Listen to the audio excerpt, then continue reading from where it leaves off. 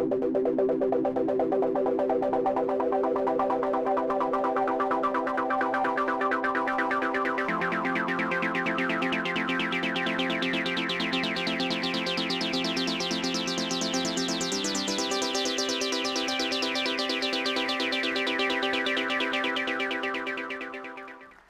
thanks very much indeed, Matt, and it's a great pleasure to be here. I think these conferences are a wonderful addition, I think, to churning up ideas, and I congratulate Silicon Republic.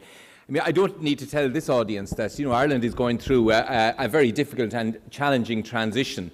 I suppose we built an economy that people thought was sustainable, but it was built on property, it was built on construction, it was built on debt, and it just wasn't sustainable. And we're now trying to, get through the debris and build something new, build an economy that's going to be founded on innovation, founded on exports, founded on enterprise. And that's a huge shift that we have to make. And many of you are in the sectors that are on the cutting edge of that shift. And there is absolutely no doubt that if you look at the ICT sector in the broad and what it's bringing to the table, it's just dramatically changing the face of a lot of sectors. It's changing the sort of business models that will succeed. It's democratizing startups, so it's much easier to get started. There aren't the same barriers for entrepreneurs.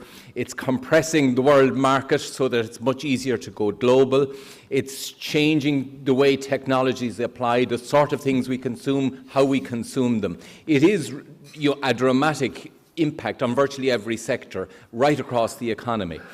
And I suppose harnessing the skills that drive that change is absolutely central to the challenge that we face here in Ireland, and indeed many economies face as they try to make that transition. I think there's a guy, an economist in the States recently wrote, I scanned the book, I can't say I read it in full, a guy called Moretti, but he uses this concept of the importance of clusters and the huge added value from, if you like, the core people, the creative people with the ICT type skills.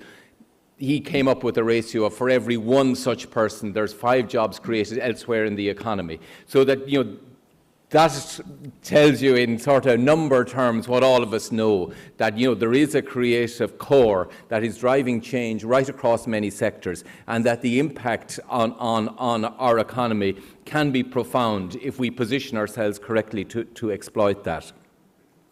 And I think yesterday we were very fortunate to have 2. We had Peter O'Neill of IBM and Jarlath Dooley of version 1 presenting to the European ministers with a very different perspective on this nature of the challenge of getting the global skills.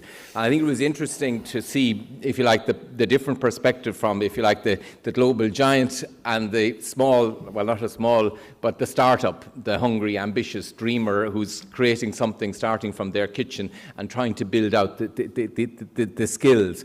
But it's very clear it's not just about narrow geeks with skills, it's about a much broader range of people who understand the breadth of sectors, and that they apply this knowledge to those sectors.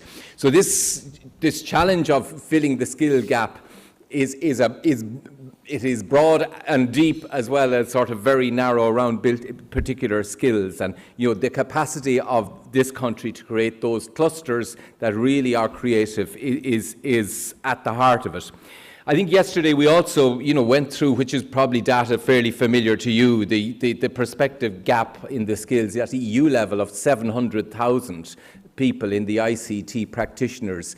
That's the scale of the gap, which is an enormous gap. And to put it in perspective, annually there's just 114,000 graduates being created, and more will be retiring in 2 years' time that we're now creating. So we have, if you like, in 2 years' time there'll be a gap of 700,000, but that will be growing thereafter, because we're not even replacing those who are retiring from the sector. So there is a problem with getting people to pick this sector, to provide the skills to drive what is a very profound source of growth. At EU level, they've also forecasting the capacity to grow at 7% per annum in this sort of skill mix area. So the features of the challenge are pretty well known. One of them, obviously, is the very low representation of women. Only 22% of women are entering into these key skill areas that we need. And I think the sort of changes, we need a much closer collaboration between the colleges and industry. We need to develop stronger networks for SMEs so that they can, in a very, a global war for talent, they can compete on a fair footing, because they're the startups, they're a lot of the dynamism, they're what fill out the cluster. It's not just the big high trees of multinationals, it's the range and depth of the smaller players that build that cluster. There's the barriers to conversion of people who have skills elsewhere. There's the question as to whether we're upgrading the skills of, across Europe, 5 million people working, if you like, ICT practitioners. Are we upgrading their skills internally? Is industry doing enough to upgrade those skills? Obviously, in a crisis like we're having now, with government funds restricted, the attention of government will be particularly on the people who are out of work, not the people who are already in work.